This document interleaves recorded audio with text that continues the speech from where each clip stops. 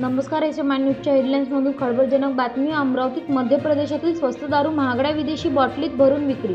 गुन्हे शाखेने 3,14,000चा साठा जप्त. 15 जुलै 2025 रोजी अमरावतीच्या गुन्हे शाखा युनिट 2 ने मसानगंज परिसरात धाड टाकून मध्य प्रदेशातून आणलेली स्वस्त दारू महागड्या विदेशी दारूच्या बॉटलीत भरून विकणारा गोरखधंदा उघडकीस आणला. पोलिसांनी 3,14,000 रुपये किमतीचा दारू साठा आणि वाहन जप्त केले. राज सुनील शाहू वय 35 राहणार मसानगंज आणि गौरव उर्फ विकी किशोर मातोले वय 38 राहणार संतोषनगर यांना ताब्यात घेण्यात आले.